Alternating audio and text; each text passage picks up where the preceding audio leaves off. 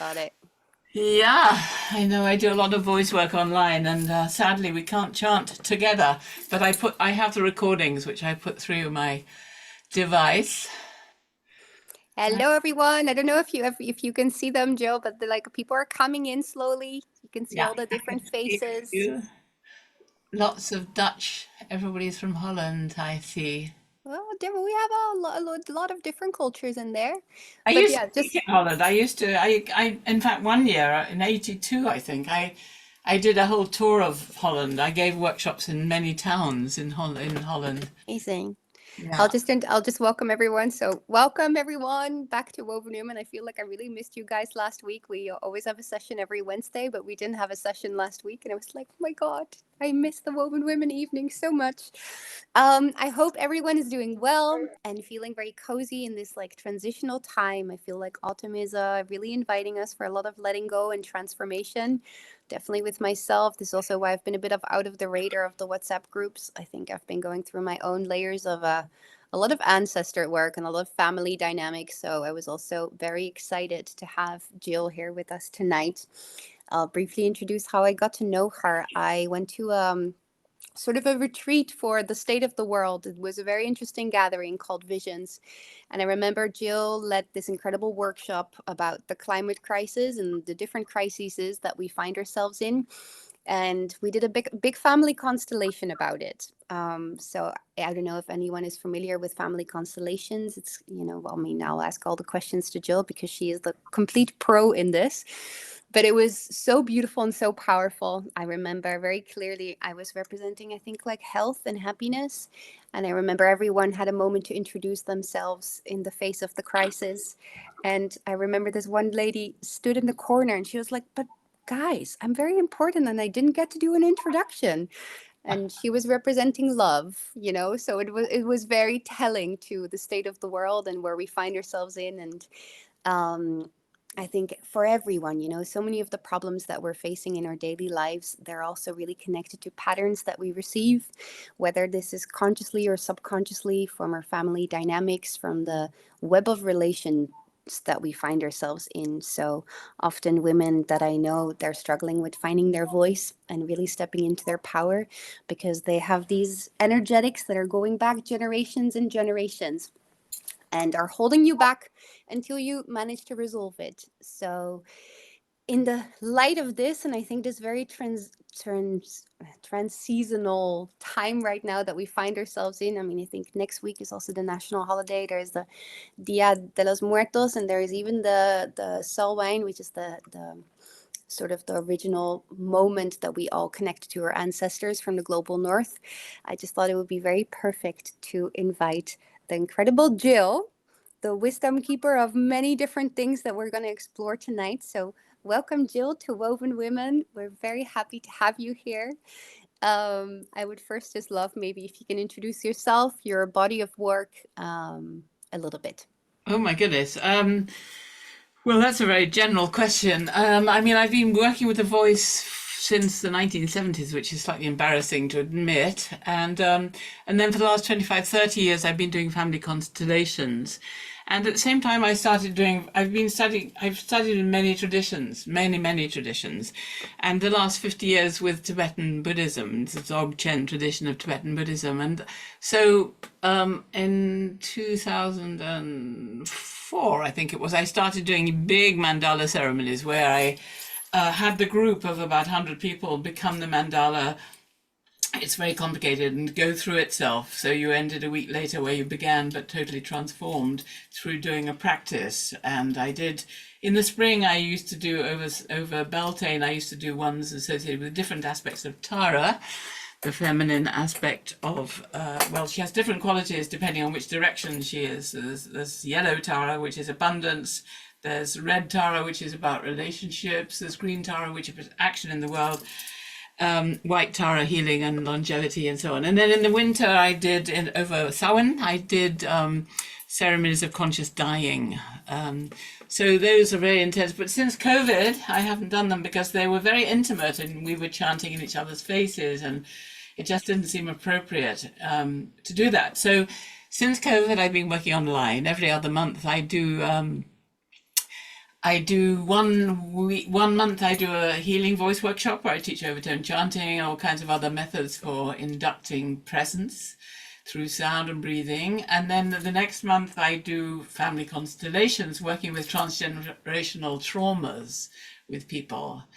And then twice a year I do a week intensive face to face, and I'm just starting one basically over Samhain and Beltane. So I've got one coming up on the 2nd of November in London. And as part of that, on the Thursday, Rupert will come in and give us a talk on epigenetics, the inheritance of acquired characters, and then we'll have a requiem mass for our ancestors. And so that's coming up very soon. So if anybody wants to book on that, go on my website, healingvoice.com. There's still time, just. Yeah, so that's just a very Amazing. introduction. So many different modalities. I think the first question that I have when you say this, like you were mentioning consciously dying. So what do you mean with this? And like, especially in the light of the traditions, and also what can we learn from that in this time? Well, in Tibetan Buddhism in particular, they have a very particular understanding of the nature of death, and they have a concept called the bardo, which is an interval between one thing and another thing. And so the day is a bardo between waking and sleeping, and the night is a bardo between sleeping and waking, and and the post-mortal bardo is a bardo between dying and being, they would think and say, being reborn. And every night is a bardo. Every night is used. If you do a dream practice, for example, it's to become conscious in your dreaming in your night, so that it's like a practice run for the post-mortal state, which is more stable, where the bardo lasts longer. But every night is an opportunity for preparing for that and becoming conscious in the moment, in this interval, because the night is seen as the time when our physical bodies and our mental bodies or our spiritual bodies are most separate from each other. And so it's seen as an opportunity, a bit like if you're a scientist, you work with fruit flies or nematode worms, because they have many generations, and so you can see things as they develop over generations. And so the night is a practice for a night is a time for practice for getting in preparation for the ultimate bardo, the long-term bardo. So that's one of the things that I teach also. Wow, that's incredible. And I'm also really curious about the soul wine practices. Like what would you recommend? I think it's such a powerful day that is cross-culturally, like around the globe, that is as a dedication to the ancestors and to the sort of the web of life that brought you into creation. So what are some of the takeaways or practices that you Oh do God. organize? Well, I mean, this is a time it's become sort of bastardized as Halloween, which is the evening of All Hallows. So it's Mm, the night before All Hallows. So you have the evening before All Hallows, and then you have All Hallows or All Saints Day, and then you have All Souls Day. And these are the days of the blessed sanctified dead and the blessed dead, everybody else. And so this is the time when I have historically done this work. And it's a time when the veil between this world and another world is very thin. And so it's a time for working with the ancestors. So ancestors have no agency unless the living acknowledge them. And until that, they are clamoring for attention and become quite a nuisance, really, because they disturb our life because they want to be acknowledged. And as soon as we acknowledge them, they can do their job, which is to keep the living alive and become guides and mentors. And we even have this, I don't know whether it exists in Holland, but certainly in England, we have on the day of the ending of the war, the 11th of the 11th, which is also interesting, the God of War's Day, St. Mars Day. Martin's Day.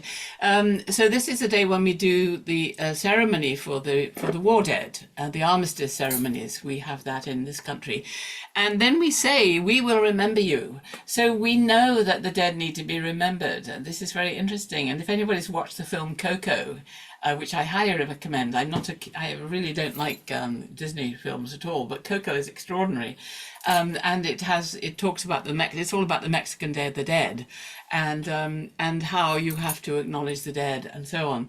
So the work that I do with Family Constellations is about understanding that everybody who's living inherits from people who have gone before. any kind of trauma which is caught in the field. So the work is about the field, the family and ancestral field. So any traumas or any separations or anybody who's been forgotten or rejected, disliked, dishonored, disowned, sent away, excluded in any way, they have to be remembered and brought back. So it's about integrating the field. Everybody in the family and ancestors belongs in the field. And if somebody has done something to us which we don't like, then we think that if we cut our ties to them and send them out into, beyond the pale, that all will be well. But quite the reverse is true, because if somebody is powerful enough to have done something to you that you don't like, they are even more vociferous in their trying, which everybody needs, every human being needs, to belong in the field. So this is the human condition, the need to belong. And so the work is about integrating them rather than excluding them further. So the work really is about entering into the field of the family and ancestors and seeing understanding the nature of interruption. So what has been interrupted? What is the unfinished business? Who has been forgotten? Who or what has been forgotten and needs to be remembered? So if in an earlier generation somebody has done something societally inappropriate, of course nowadays nothing is societally inappropriate, but not long ago everything was, then the family doesn't talk about it. The family usually clams up. So if somebody dies young, for example, or has an illegitimate child or anything societally inappropriate, the family usually clams up and never ever talks about it. And then the trauma around that, because clearly there's a lot of trauma around those things, comes down and infects, if you like, living members who find themselves doing things that they make no sense in the context of what they've done, or find themselves doing things which have no relationship to things they've done. Sometimes we do things, the unfulfilled ambitions of our parents come down to us to be completed and done. So there are all kinds of things that we inherit because they haven't been done before. And so the family work that I do is really about doing all the things that haven't been done, honoring all the people who haven't been honored, and remembering people who've been forgotten, and working with all the kind of interruptions like early death, suicides, accidents, maiming, being born with physical disabilities, being incarcerated in prison or in hospital, or what else can we do? Abortions, addictions, anything which interrupts the normal development of a life. All these things cause trauma in the field, which the work is about healing. And it heals it not only for us, but for all subsequent generations. So in other words, it stops the pattern going on from generation to generation. I mean, I've seen the work in action, and every single time. I don't know. So I know the story a little bit, but can you maybe share a little bit about the origins of Family Constellation? Because I know it finds its roots in the tribe somewhere in Africa, no? Where like a German researcher went to. Do you know anything about this?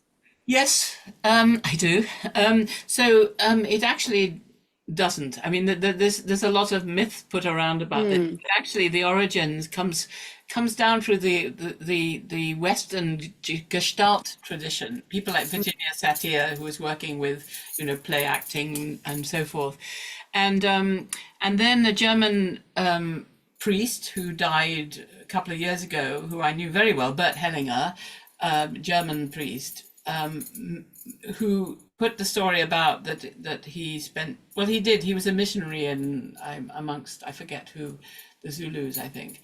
And the myth is that it's a Zulu tradition, but this isn't the case at all. It's got blown out of all proportion. It really is comes down through the Gestalt tradition in the West. And I came across it. So Bert Hellinger is the person who a lot of people have worked with, or worked with people who've worked with him. And I knew him very, very well because he used my husband Rupert Sheldrake's theory of morphic fields to explain the field of the family and ancestors. And so whenever he was in England, he'd come and see us, and I've worked with him. But in the 1980s, I was working in Munich, and the person who organized my workshop said, "Oh, this is very interesting. This is so like the work of Bert Hellinger. Do you know him?" And I didn't. And so I, in fact, Bert Hellinger in the 90s asked me if I would demonstrate my work at a conference in Wiesloch in Germany, because it was related but different. And so really the tradition, as I say, there's a lot of sort of people like anything very exotic, and so it's that's what's been emphasized, but it's much more down through aspects of the Western Gestalt tradition. Interesting. And I'm really curious, just because I think for everyone that hasn't been experiencing maybe the family constellations, can you maybe name a few examples, where, without going into necessarily, like names or details, but what you've seen from, patterns that are playing out now in people's lives, and where that can find their origin from? Because I think I'm very curious to just have a few examples. Well, for example, one of the things I found doing this work, because I've been doing it for a very long time, is if people, I do it ceremonially, first of all, and if people, which again is very unlike other people, most other people who do something similar. So if I have people articulate in one sentence before they start the work, and this can be, nobody loves me, or my children are, I'm estranged from my children don't speak to me, or I would like a baby, or I would like to find my life partner. And one of the things that I found is that on many occasions, when people articulate a need or desire, it happens within a very short time, almost always. It's extraordinary. So that's something I found. And as I say, I like to work ceremonially because it's really, I find, very important when we're trying to make a change. Very often we might achieve this change in a workshop situation, but then we go back to our societal context and they don't know we've changed.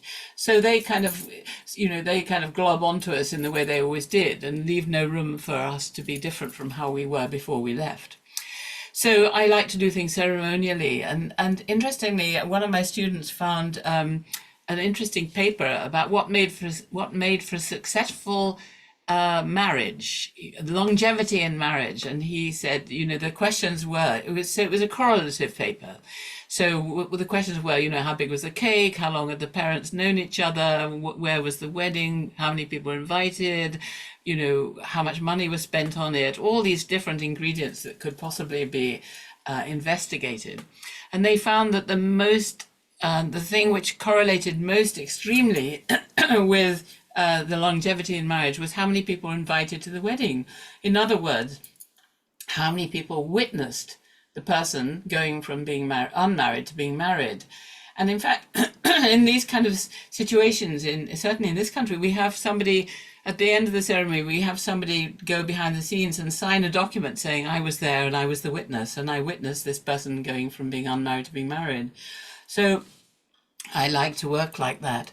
And so the kind of things that, in a way, because the work requires me as the guide and people who are representing to be in the present, I don't like to, talk too specifically about situations because I have to be open to whatever might happen. But how it works is that when I do it physically, I work with everybody. So one by one. So if I work with you as the issue holder, you would come up. And then I would ask you how you were hurting, and you would say in one sentence, I'd say, are you willing to be healed? And then I do a whole kind of ceremonial thing. And then you choose from the naive representatives, from the people in the group, people to represent your mother, father, brother, sister, if you're doing your birth family, or if you're doing your current family, your partner, and any siblings, any children. And then you choose them, and in the moment they're chosen, the interesting thing is that they become them. So the person you choose to be your mother somehow knows and speaks like your mother, acts like your mother. This is the really baffling part. And then they set them up, and then I see and guide them to reveal what's not done, who's been forgotten, what's missing, how somebody was ill-treated and needs to be acknowledged, or I guide it, but I can only guide it by being absolutely in the present. So I can't have any preconceptions about if this, then what, then that. Mm. However, to answer your questions, there are certain things which need to be done. So, where you have an adoptive person adopted, I find it's usually very important to have the adoptive parents and the birth parents acknowledge each other, because it's important they thank each other for what they've done. So the birth parents for giving birth to the child, and the adoptive parents for looking after the child. So this is a kind of mutuality. And similarly, when I have people of mixed birth, so when the father comes from one tradition and the mother from another, then I will often have the representatives of one tradition honoring the other and vice versa, because this is very important, because very often, you have one side looking, if our problem with the other. So, usually one side considers the other to be inferior, and they consider the other to be inferior. So it's very important that they honor each other, so that the person can have that sort of integration.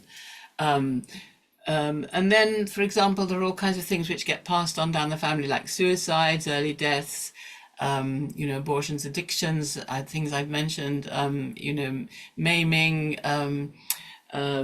any kind of accidents, incarceration.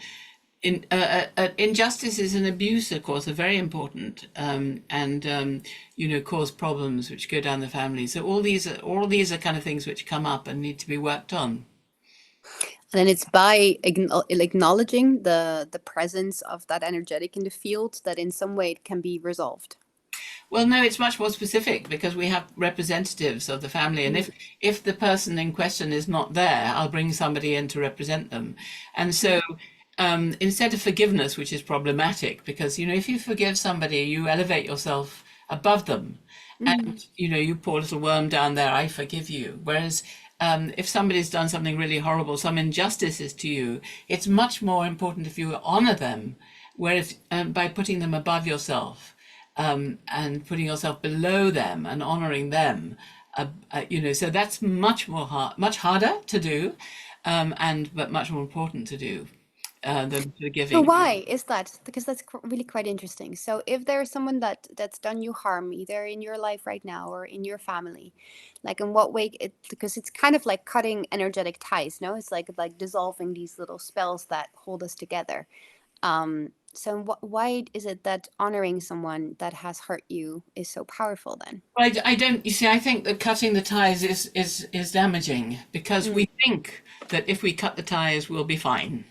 But actually, that means that the person's out there, not integrated in the field of the family and ancestors where mhm. they need to be and want to be, making trouble again. And we punish ourselves for having cut the ties, having blamed the other person, and we feel guilty. And so that's very distressing. So it's really important that we integrate the other person, no matter what they've done. So if they've done something really horrible to us, it's much more important to honor them, and then they can come back into the field, and they're diffused in a way. They're no longer making trouble. Whereas, but forgiving is problematic for the reason I said, because if we forgive somebody, we feel rather superior to them, and we feel they're Mm. rather inferior to us. And so it's really counterproductive. Not that forgiveness isn't essential, it's just very hard to work with.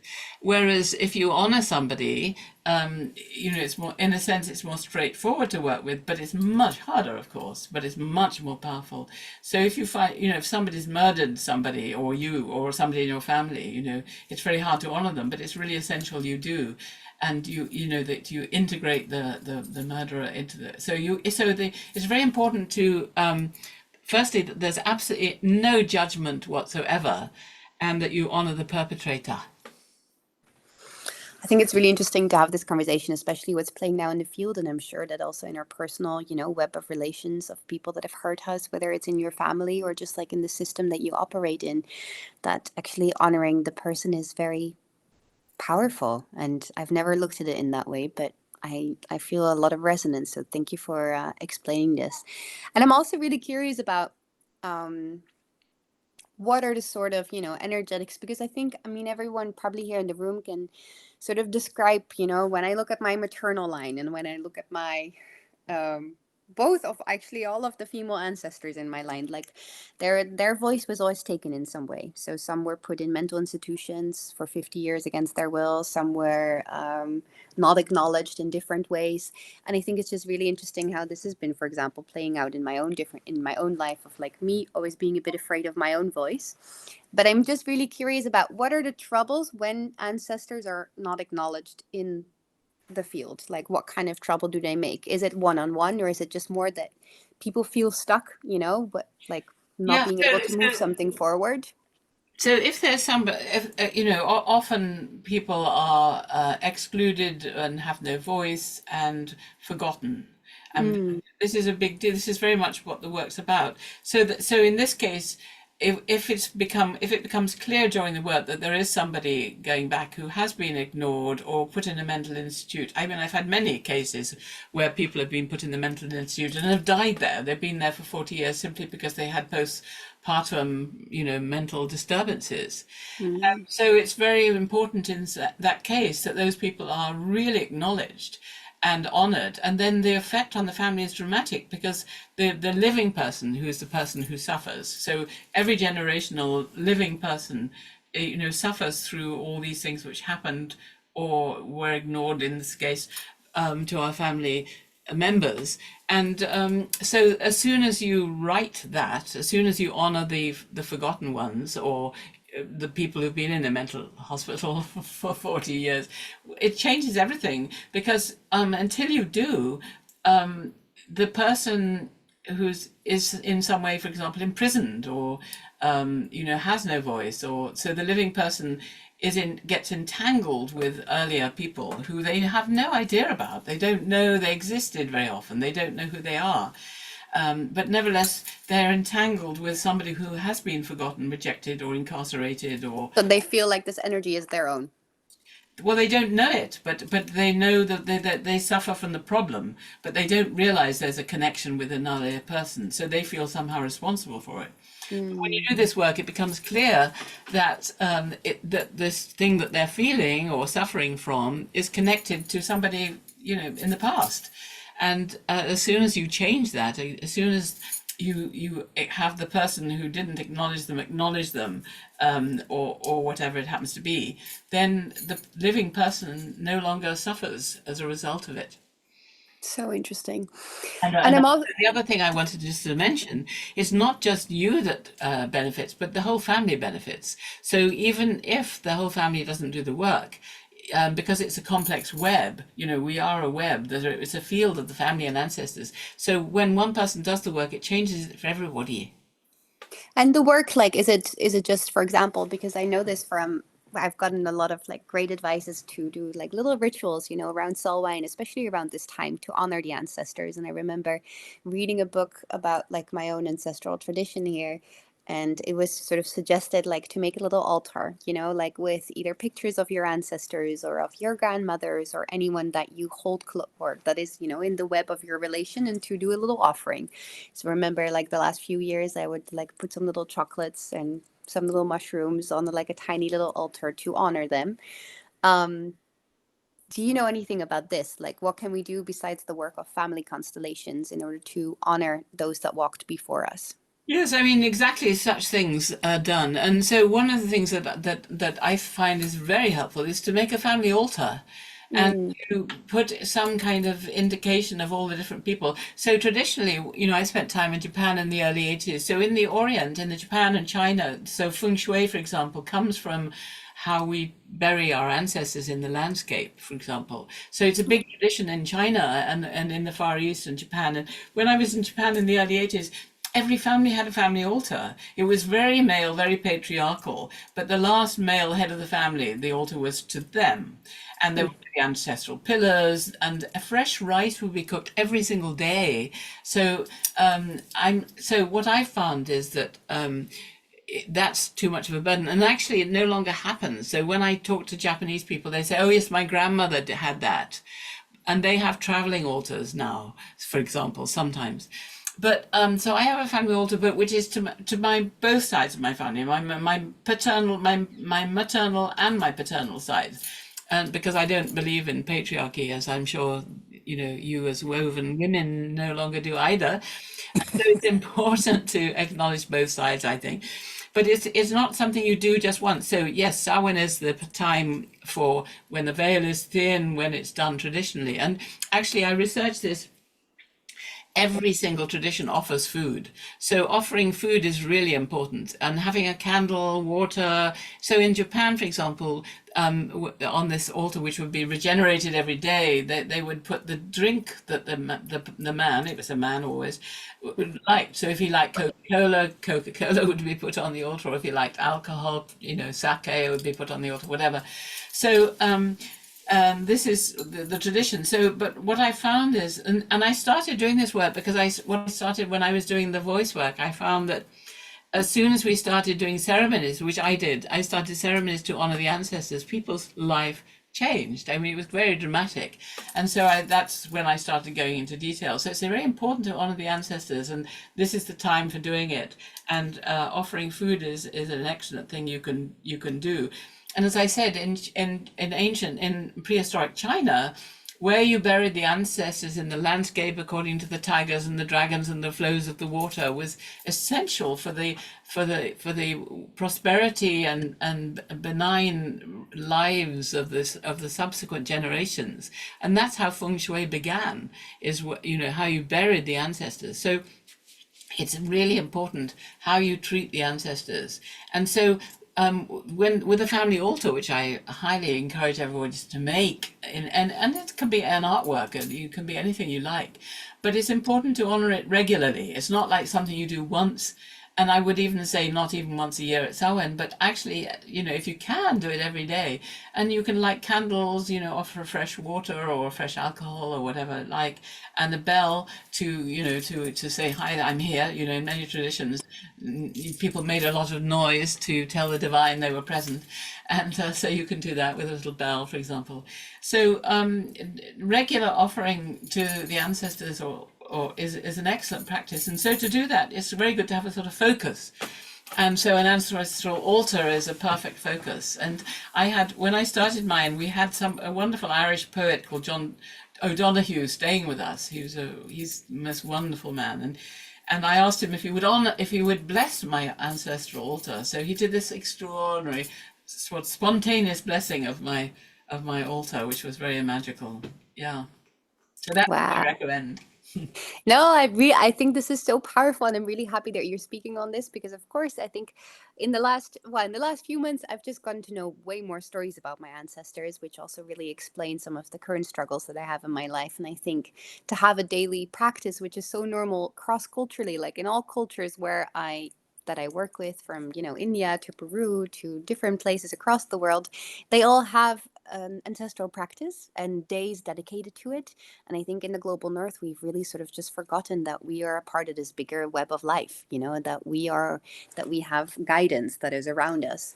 I'm really curious as well about, like, when we do this, just to think very practically, like when we make our altar with maybe some flowers or some poetry or cute things that we want to offer, or food, very important. Can you also ask the ancestors for guidance or help? Like, how does that work? Is there like a prayer or an invocation that we can use in order to Yeah. receive their guidance? Well, I do many ancestral ceremonies. So for example, when I'm doing this work online, which I do every month, and anybody is welcome to join my workshop for that. Just check on my website, healingvoice.com. What I do is I have the first day where we start at 5:30 UK time, so 6:30 in Holland. And the first day I do ceremonies for the ancestors, acknowledging the ancestors, several ceremonies, going back through female line and male line, which are very different as well. And then seeing how another ceremony, seeing how different, what's really happening for us. So I have people, work with the issue they're working with at the moment, what's causing them problems, if you like, and to see it as a kind of creature and follow it up through the ancestors and see who the ancestors are it relates to. So it's very important to acknowledge these ancestors, to honor them. So I have people usually three things. One is I see you, I thank you, and I honor you. Those are, and ask for a blessing. Those are the three ingredients. I see you, so waiting till you do. I thank you. It's important to thank those who've gone before, and I honor you. Please may I have your blessing, but I always have people do those things before you ask for a blessing, because I think it's very important to acknowledge them first and then ask for a blessing.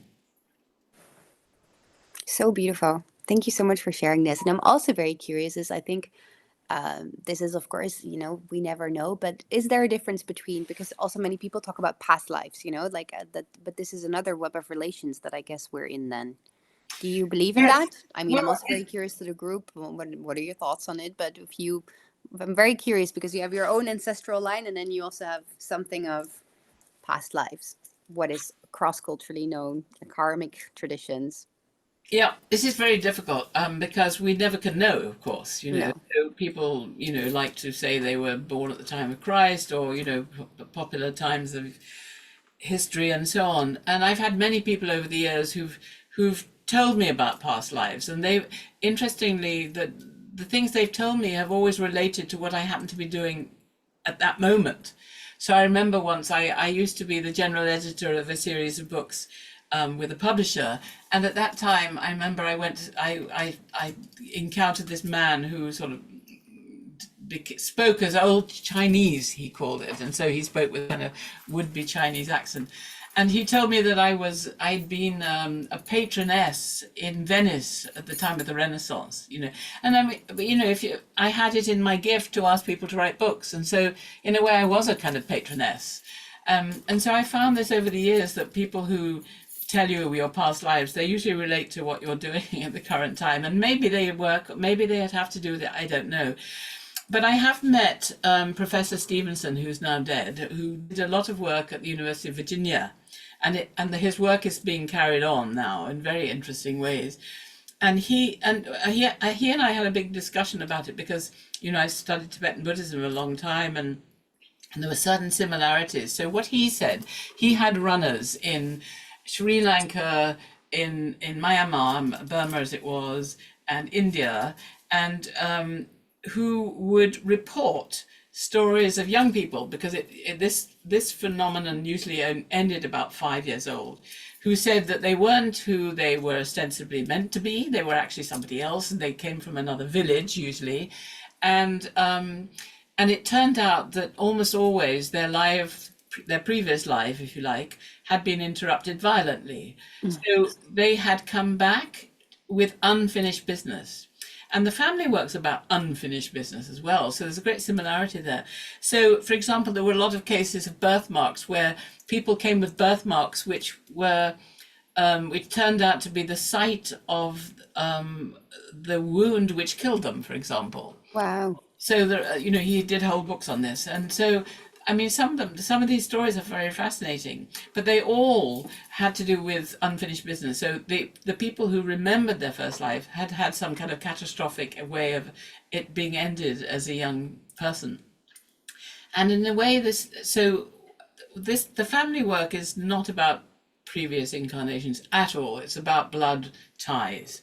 But it has very much to do with this interruption, So any of the traumas that of the kind that I described interrupt the flow of a normal lifetime and development and so forth, and leave a kind of unfinished business, which is what causes the trauma in our own family, in our own lives, and all the difficulties that we, are finding.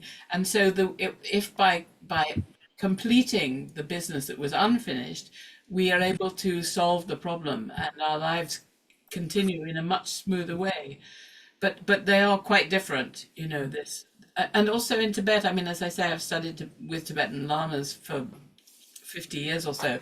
And again, sometimes it's genuine, sometimes it's abused. So, aristocratic Tibetans like to give, monasteries to their descendants, for example. So I'm sure there's a lot of abuse there, saying this person is really the great incarnation of this person, that person. I'm sure in some cases it's true, but I'm sure it's also abused. And I'm really curious how you found the work of the voice which I think is a very powerful tool for us in general to connect. But I'm very curious about your path there. Well, this started in the 70s. I started by being very interested in how form comes into being. This was Mm. my question because I realized that we really had no answer to that. And I used to go, when I was at school, I was at a girls' boarding school in Oxford. And I used to go to a place called Mesopotamia where there were all these weirs and flows of water, and you could see the water coming forward. Where it was interrupted, it turned around on itself and created eddies, which then had a separate existence. And so I was very aware of the kind of hydrodynamic creation of form, if you like. And then I became aware of the work of Hans Jenny and all the people who'd done the work of vibrating seamless, formless substances through sound, and seeing all the climatic patterns that emerge, you know, the patterns that you see on the back of animals and you know, all these extraordinary rose windows and you know, really extraordinary patterns that come about through sound. And is it also, just from my understanding, is that kind of like, because I've of course seen these things also come by on social media, you know, like when you have like water that is sang to in a specific way, that it forms a different sort of crystal substance, or like, what is that the same? Well, that's problematic. I knew the man who did this. He used to say he'd sang into it and then he'd freeze it and then he'd say the patterns in the crystals were very different if you cursed it or if you blessed it. However, he was very, I mean, I knew him because he used my sound as well. And I won't mention his name, but he was very unscientific. So thing is, if you freeze water, you have hundreds and hundreds of crystals. And what he did was he would say something nice, and then he'd see the pattern of crystallization in, you know, freezing them, and then he'd choose a pretty pattern. Whereas if he said a nasty word, he'd, you know, and you froze it, he'd choose a nasty pattern. So Okay, we having don't know. so having said that, I'm sure there's a lot in that work, but the work that we have, nobody's really done anything very successfully, and in a way scientifically proves it. I'm sure though that water is you know, the memory in water, I'm sure must be very important. It's just that the examples we have aren't good ones. And then about your, like, your own personal journey to the voice, like how did you, sorry, I was interrupting you with my water question, but tell me Yeah, about that. so then I became very interested in how form, how pattern, how sound, you know, how sound brings form into being. So I became very interested in that, and as a young child, my first induction into that came as a very young child. I mentioned that before when we were speaking. So I had a very, very eccentric father. He was a surgeon, and he was originally from Ireland, and we used to spend our summers in Ireland. And by that time, he was very anglicized, and you wouldn't know he was Irish. He had no Irish accent or anything. And so he would set off on journeys and mad escapades when everybody else went to bed. And on one particular occasion, we all got in a boat together, that my brother and I and my mother and father and three old women going home, to go to an island about an hour and a half away from where we were, the west coast of Ireland. And it was in the middle of the night, and so it was, you know, kind of weird time to do anything, but nevertheless that was my father. And a storm blew up, a really raging storm blew up, and we all knew we were going to die. And I remember as a child being absolutely terrified.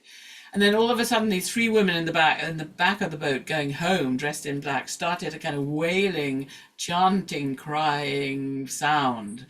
And the wind subsided, and the waves abated, and the storm stopped, and we arrived. And so that was my first induction into the power and the magic of this power of transformation of sound, and particularly the sound of the voice. So really, you know, from a very early age, I realized how important the voice was. And then much later, I realized that we had gone silent, you know, and this was or about in the early 70s. We had gone silent, you know, so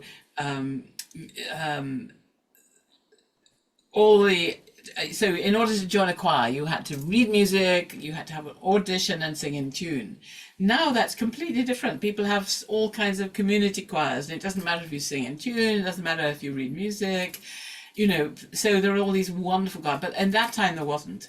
and there weren't anything of that kind. And so I realized that we'd lost our voice, and we tried, I'd worked with many scientists. I worked with the man who got the Nobel Prize for discovering the structure of DNA, one of the three. And I'd worked with a lot of people, and I realized that science was about trying to predict what would happen tomorrow based on what happened yesterday. And we never know what's going to happen tomorrow, so it's a delusory process. But these people in white coats trying very hard to do it, and that's what science is about. It's about measuring things so that we can predict what will happen tomorrow.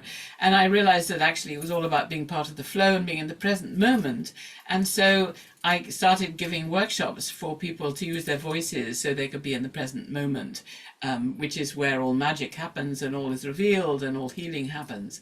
And so with the voice, you can only chant in the present, but you can still chant in the present and think about all the awful things that might happen to you tomorrow, which is what causes anxiety. So most of the time we live anxious about what we forgot to do yesterday, and therefore projecting what we might have to do tomorrow because we forgot to do it yesterday, and not experiencing the present moment. So the question was, how do we get people into the present? So you can only chant in the present. So if you chant in the present and at the same time listen to yourself chanting in the present while you're chanting in the present, there's no bit of the mind left over to think about what might happen in the future. So you're creating a circuit of attention. So this is what I was teaching, this form of chanting, where we can only so this is the quickest way, the easiest way, and the most fun way of being in the present moment, of chanting and listening to yourself chanting when you're chanting.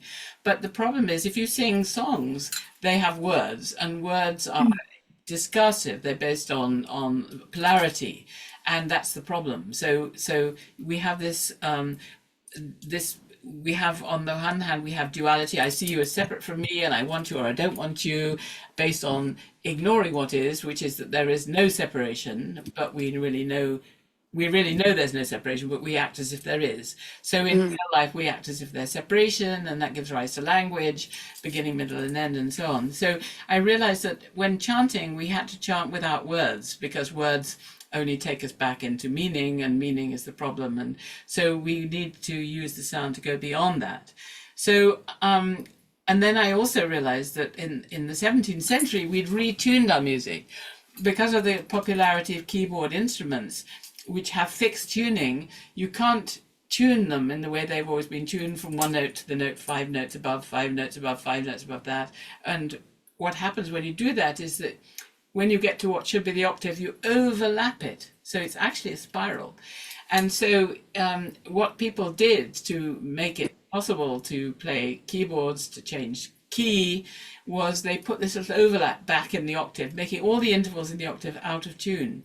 So this is called, in England, the well-tempered clavier, or well-tempered piano keyboard. And so all Western music has been out of tune since the 17th century. And so I knew that if we were going to chant together, so we could be sound in mind and body, so we could be not out of tune, not highly strung, but really in tune, we had to chant on one note, and to allow the internal structure, component parts of the sound, to become audible. These are called the harmonics, or the overtones. So this is what I was teaching, which was very unknown at that time. So it's a way of chanting on a single note only, but revealing the inner structure of the sound.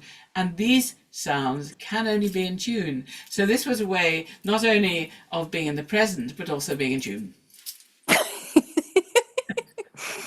My God, I'm very excited. I would love for us all to experience it, and then maybe to leave the room open for some questions, because I'm sure that there's many questions in the room. So I think maybe we'll ask Lara to make you the host right now. I don't think I need to be. I think you don't need to be? Okay.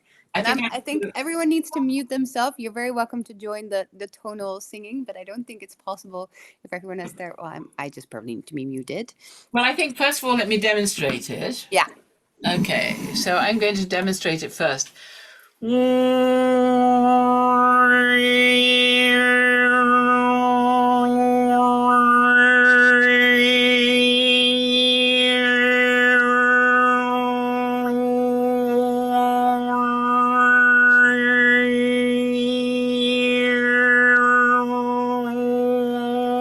I'm only chanting on one note.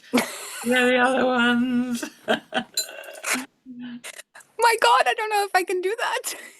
Well, okay, so what I have recorded is a group of us doing it together. So when COVID happened, a group of us got together and we had a holiday in the north of England. And so my son's Cosmo, who's a musician, Merlin, who's written this bestseller called Entangled Life, Rupert Sheldrake, who's well known for what he does, and myself and one other person recorded the overtones, which people, if they turn their mic off, can join in with. This isn't the moment to teach people how to do it, but I do healing voice workshops online, and you can learn with me. But I'm going to just play it so we can chant together. So what do we do? Okay, so I think probably what you do at the moment is just to change the vowel sounds. So have a kind of, imagine that you've taken the last peach off the plate, and you don't want to squash it and you don't want to reveal it. So you have a big round mouth. Oh. So, and change the vowel sounds from one to the other. That's probably just a very basic instruction to begin with.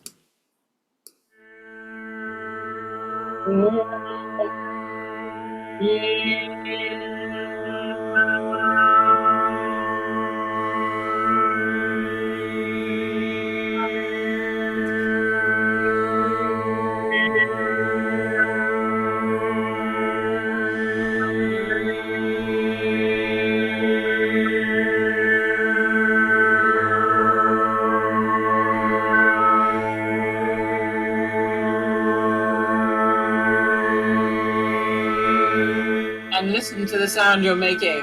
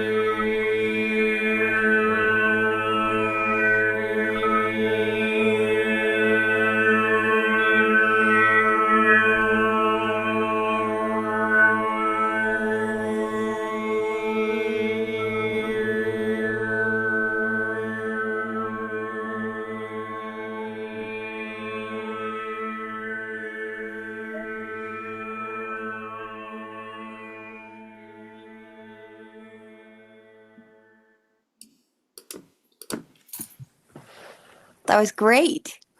I mean, I hope everyone enjoyed that. I'm also really curious, just for a final question, the sound when you make it, the chanting, because I think this is also spread across cultures. It's so incredibly powerful. Do you place an intention in your sound, or do you just let the sound be? Well, it depends what you're wanting to do. So if you have an intention, then place it in there. And you can do anything with an intention. You can go for a walk with an intention. You could swim with an intention. Any kind of physical activity, you can put in an intention, and usually it happens. So, whole ceremonies came to me. I used to swim every day, and I would put in an intention, and then I'd have a wet notebook by the side of the pool, because I then had to understand what it was that had come to me. So you can any kind of practice, exercise, anything you can do with an intention. But the main thing about this is not necessary to have an intention, but to be in the present. So when you're chanting, to listen to yourself chanting while you're chanting, and so you're really in the present with no nothing, and that's more powerful than anything. Oh my God, thank you so much. I learned so much. I'm just going to leave open the floor now for all the questions. So if anyone has questions, family, systems, dynamics, energetics, voice, let us know. So there's somebody up there. Yeah. Yeah. Hello, do you hear me? Yes. I could ask 1,000 questions, but I'm going to limit myself to two. One of my questions would be, like, how far back the ancestors you should put on this altar? Like, what would be, like, whatever you were able to, or What would you suggest? Yes, I think just whatever you're able to. I mean, some people don't even know the names of their parents, you know. So people's, or if you come from in England, for example, a big aristocratic family, you might know your ancestors going back to the 14th century. That becomes a bit tricky because you don't have much space. So it varies, you know, what you have. I think it's more important that it represents them than you're too literal about it. And the photo is okay, like you just take a picture. It could be their childhood picture, anything, doesn't matter which age. And I Exactly. wanted to ask you in this, like you talk about ancestors, like for example, should we take our own siblings in the altar, or that it's not considered ancestor, so we don't? You mean a dead sibling? No, my sibling, like living sibling, No, for no. no. So you only put on an ancestral altar, you only put people who've died. Oh, okay. So not those who are still alive. No. Okay. Thank you for clarifying that because I was gonna put everyone. And I wanted to ask you also, like you mentioned, this was really interesting, and Jeanne also picked up on it immediately. And Can I like just you, interrupt you there and say the way I use the word ancestor is to mean a family member no longer living. okay, thank you. Yeah. The question is then, like you said, those who don't treat you very well, you say instead of cutting ties and ignore them or try to limit their impact on your life, you honor them and you raise them above yourself. And this seems to me mind-blowingly difficult.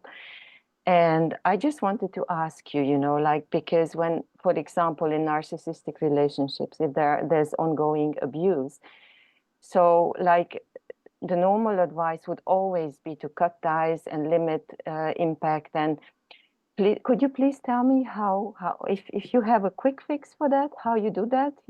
Because So I cannot imagine. yeah. So But I take it very seriously what you say. yeah. Just Yeah. So if you cut the ties and confine them to outer whatever, they'll only plague you forever, and you'll only be guilty and blame yes, yourself, and just continues the problem. So if let's say they've murdered your mother or something really bad, right?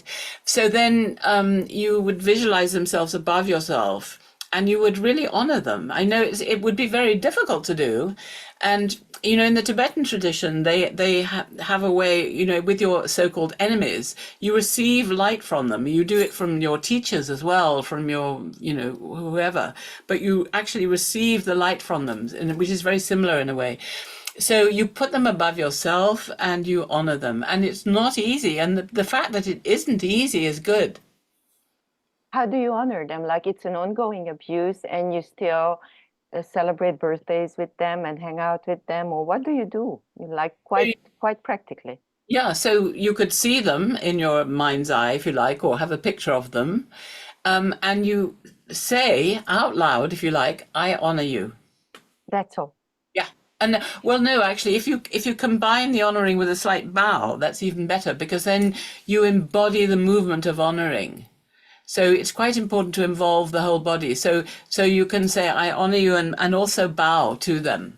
So you're really putting them above yourself, and you're really honoring them. And you will probably find it makes a big difference. Okay, and one last remark I would like to have, because you mentioned the birthmark, and it's really, really striking to me what you say now. I have a friend who is doing family constellation. I have another friend who is doing this transgenerational trauma identification. And there is, I don't know if you heard, in Hungary, there is now a lady who started, I think she's combining tradition. Her name is Sylvia Solar. And she's developing a theory which is called life danger analysis. So it holds that whatever life danger your ancestors survived, that has impact on your life. So you repeat those patterns which made you survive. And I for example, identified my patterns, and I know why I fall into certain circles, or in certain loops. But what you just mentioned about this birthmark is so amazing. Last time, another friend of mine went to this therapy, and because she has a driver's license, but she just cannot drive. She is so afraid in a car. She panics. She just cannot drive. And it turns out that an ancestor of hers died in a horse and cart accident 100 years ago, and he fell off the cart, and he got stabbed in the belly, and he died. And this friend of mine and her mother both have exactly at the same spot a huge birthmark. So, you know, like I'm saying it to everyone, you know, like out of experience, this is so amazing to actually realize that. And yeah, it would be lovely to know more of you and whatever you said. This seems like so little in a 50 minutes course. Well, I mean, Maybe. I mean, I would recommend coming and doing the work with me. I mean, there's nothing like doing it. And I also do it. Jean, you also, I do it also with issues. So I've just been asked to, and I did earlier this year, do it with a farming conference where all the, you know, the conflicting issues, big business, fungi, Yes. carbon, you know, all these different things. And again, it's really about seeing all the different conflicting issues and embodying them rather than just listening to somebody talk about them. But with the family work, you know, it's really important to do it. It's not just, I mean, no, honoring them, you know, and creating a family altar is a great start, but really coming and doing the work is important because the thing about this, the way it works is that you're plugging into the field. So when you choose other people to represent your family members, they are plugging into the field. So it's not just, people often ask me if I could do it one-on-one. Yes, I can do it one-on-one, but it's much better if you do it in a group situation where you're actually trusting the field. Because if we're in the present, not just me as guide, but everybody who's being a representative, then they can really become the other person. So, for example, my son, I had a situation once where I had two brothers who worked with me a lot. One was doing his music PhD at Cambridge and the other was the vulnerable one. And they were both in the room. And the PhD music person chose my son to represent his brother who was there. And my son had never done it before, Cosmo. And he stood there for a moment and then he suddenly slumped. And then I could see his mind working, saying, "This is ridiculous, I'm Cosmo." Slump. "This is ridiculous, I'm Cosmo." Slump. So he went from the rational mind saying, you know, it was impossible and that he was actually himself, to finding himself become the other person. And then finally he trusted it and stayed as the other person. And then, you know, really knew what was going on. And so the constellation reveals what is the situation and allows you to heal it. And you heal it for not just yourself, but for all subsequent generations and other So members of the amazing. family. Yeah, it is amazing. It is amazing. It really is. Thank you for your time. Thank you. Yeah. Okay, next question. I think we have Carly first. Hello. Hi, Jill. Hi. You may have just answered my question. I was going to ask, I don't have a lot of information about some of my ancestors. So what my question was, how do I know like who and what needs to be integrated in the field? But then you were just speaking about you like plugging into the field and leveraging others to do the same. And then is that how the information is Yes, revealed? I mean I've worked with thousands of people over the years and it's never been a problem, even though many people don't know much about their families. Somehow or other, what needs to be worked on comes up. And sometimes when I work with somebody, I can see many areas that the work could go in because there are many areas that need to be healed.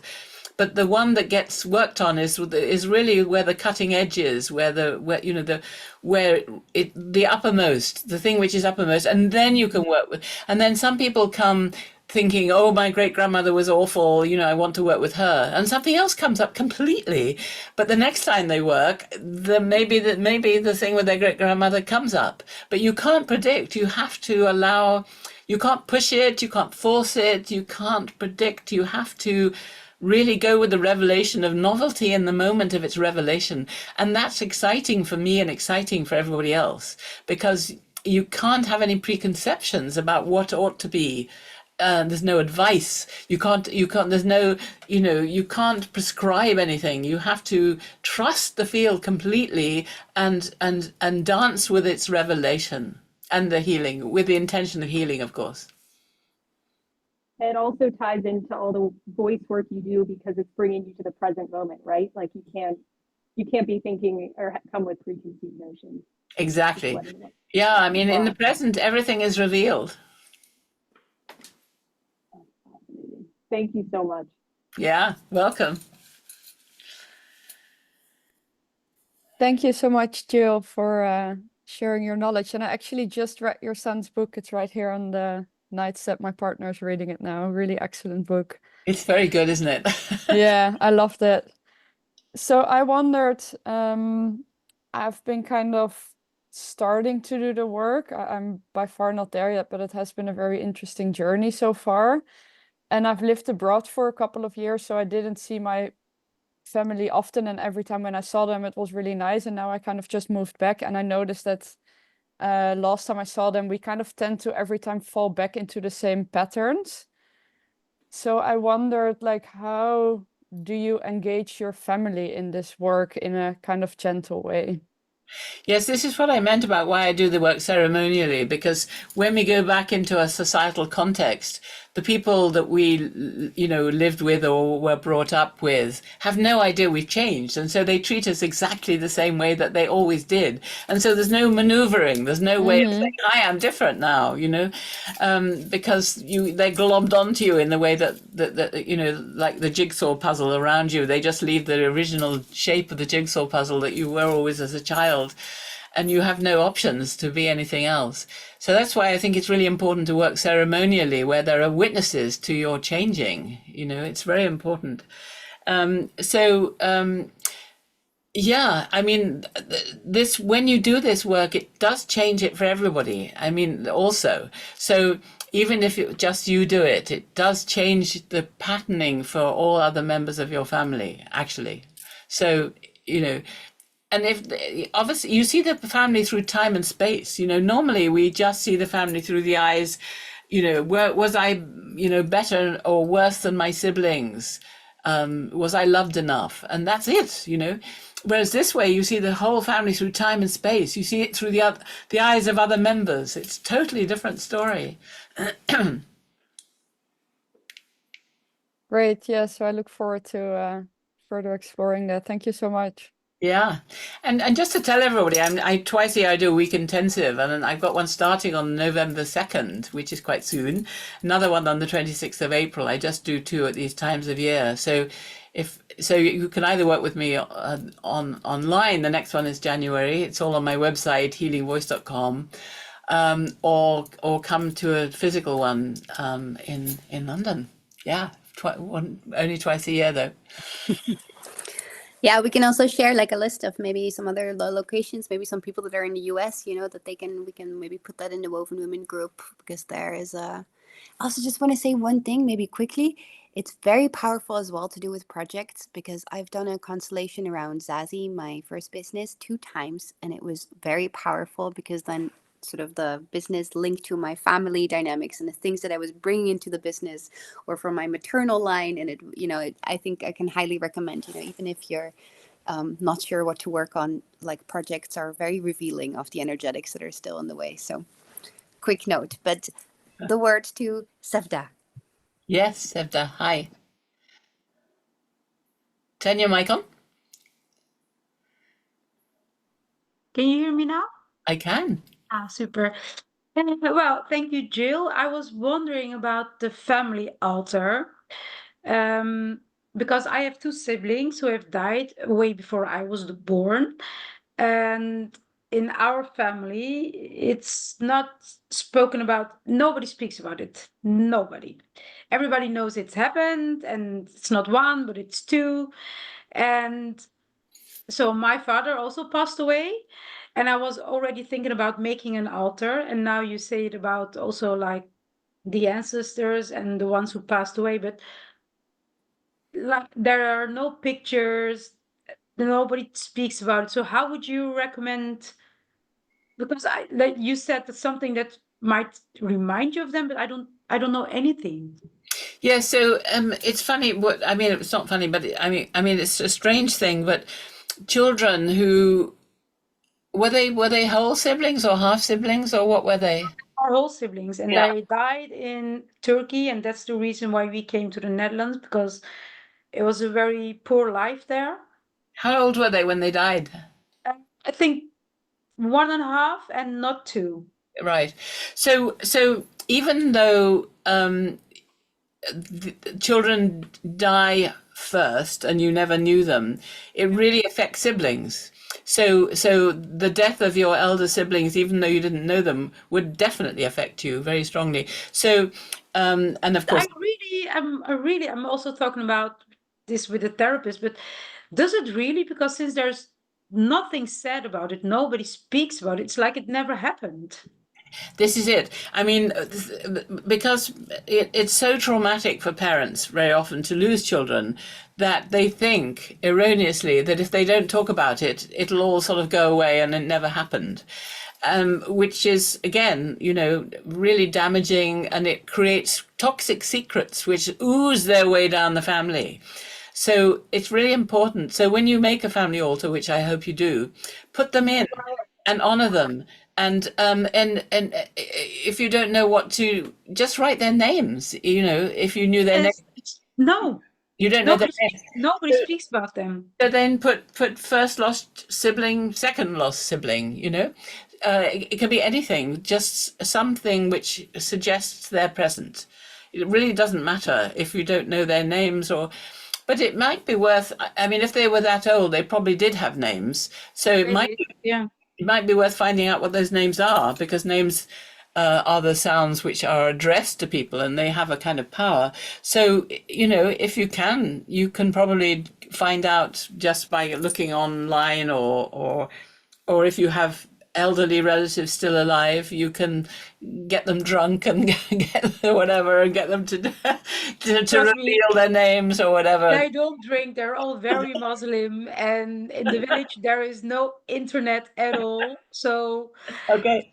it's going to be hard, but I will try to. Try. I will do it like you said: first lost sibling and second lost. Yeah, exactly.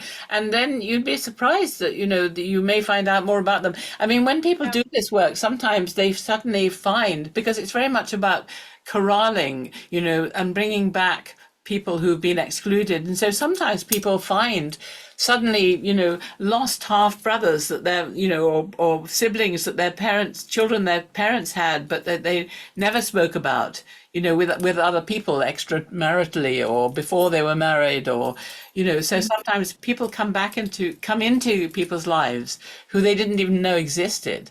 When you start doing this work, the field begins to integrate and order is created. Thank you so much. Thank you so much. You're welcome. I think we have Dami or Floor. Dami. Yeah, thank you. Yeah, hello. I was wondering that if you did all the work, let's say family work, and I have done a lot of work, and now my brother is doing his part, which is really good, and he's now just at the beginning, and it's really like you see your younger self, like 3 years ago, I was like completely understanding. But I think it would be super beneficial. My father passed away last year, so I cannot talk to him physically again. But I think for my mother to understand us and to understand the family dynamic, it would be really great to have something like this. But for sure, she would say now no. So I'm trying to, I understand her, but it would be so beneficial to have this closure, or to just understand everyone. So my question is more, how do you persuade, maybe that's a good word, to get some rest in the family dynamics? So it's very hard to get somebody on board if they don't want to be, for example, and it can be counterproductive, so you can't really force somebody. So if your mother is not into this, or can't understand it, then there's a limit to how much you can persuade her to take part in the process. But if you do it yourself, and you work with somebody who represents her, then already this is a huge step in the right direction. So I would recommend that. If you can get her to participate, all the better. But especially, I mean, you could say, look, we're doing all this work, my brother and I, couldn't you also be part of that. But if she says no, then just do it yourself, but choose somebody to represent her, and then say whatever's appropriate, do whatever's appropriate, and allow the person representing her to see what comes up. All right. Thank you. Yeah, you're welcome. And then I think we have Floor.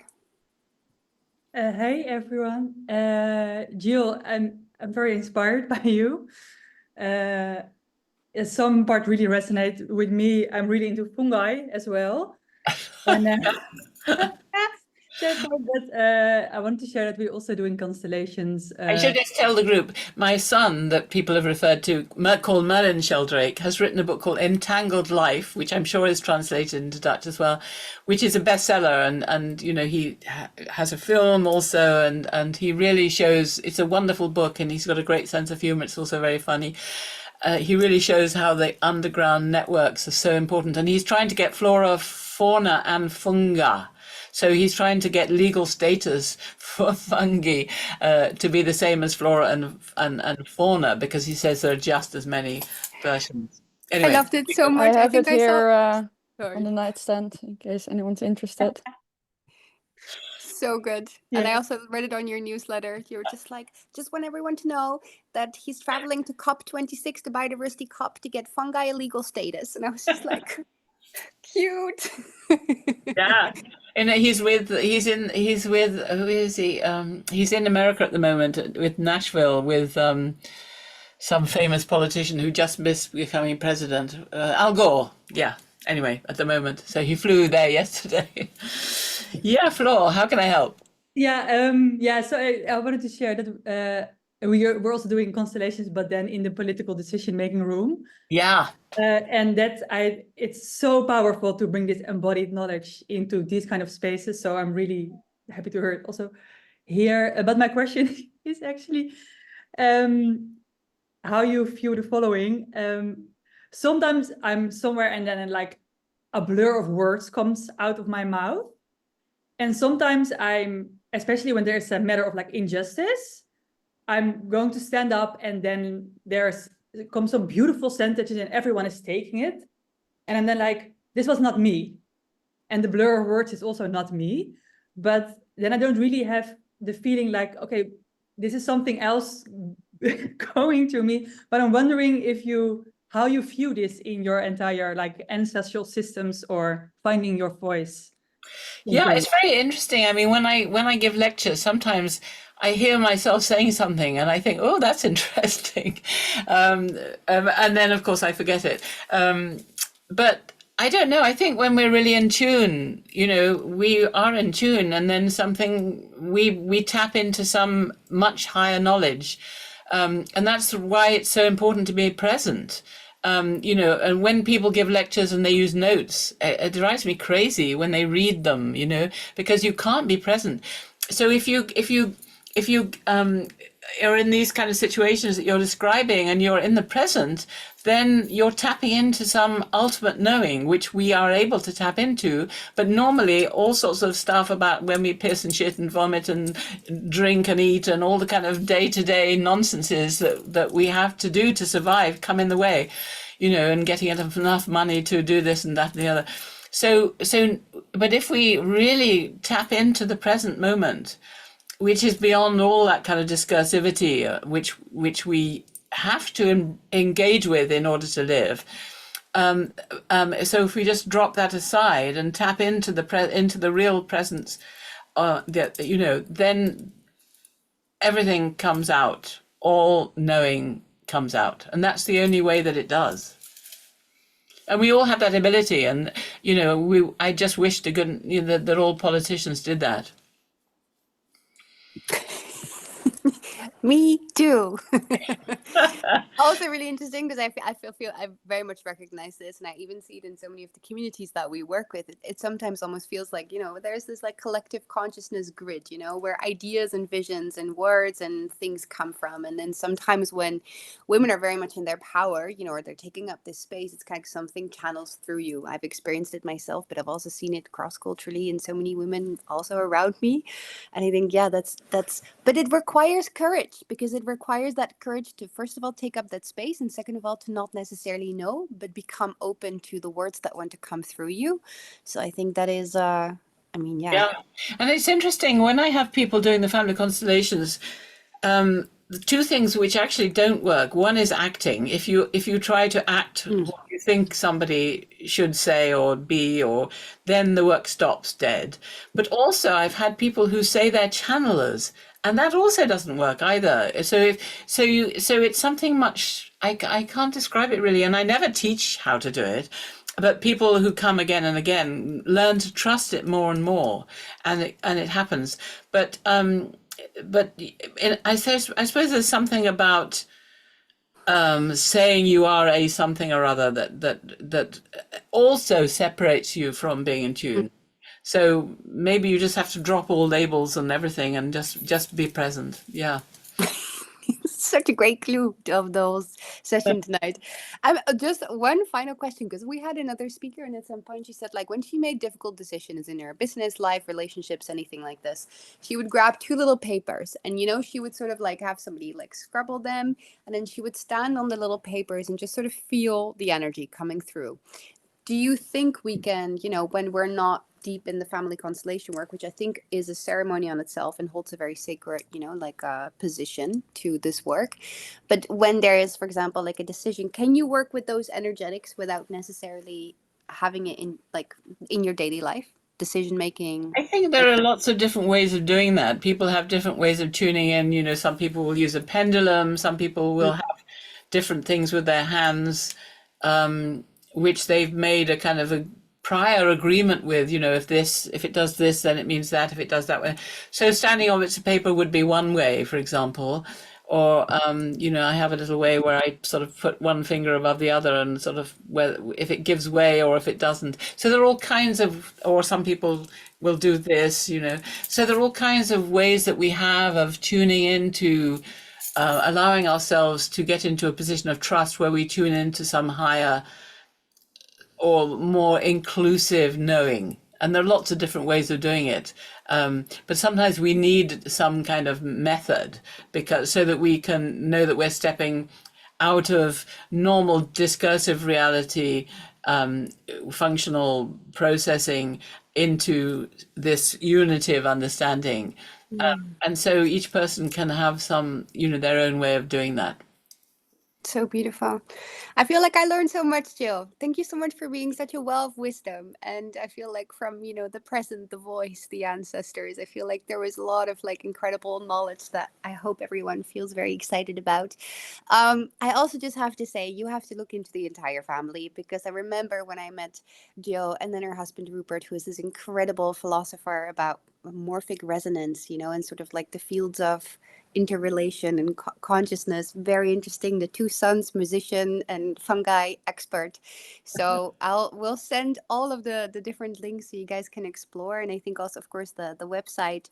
Jill has a great newsletter. I love it very much, where you can find her work as well. And then I think, if there's no other questions, then Jill, we're very grateful for your presence tonight, especially in this time of the year. I think it's a very beautiful reminder for everyone to honor that web of relation, and to start building a relationship with it. So if you have any last words, and if not, then we'll close the session, and very grateful.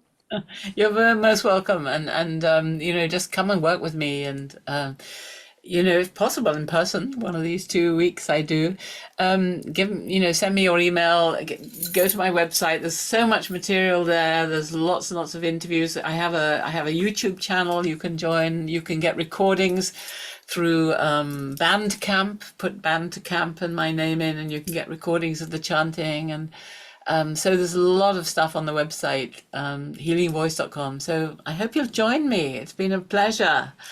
Thank you so much. Such a pleasure. Thank you so much, Jill, and thank you so much to everyone, and see you next week. Bye. Bye. Bye.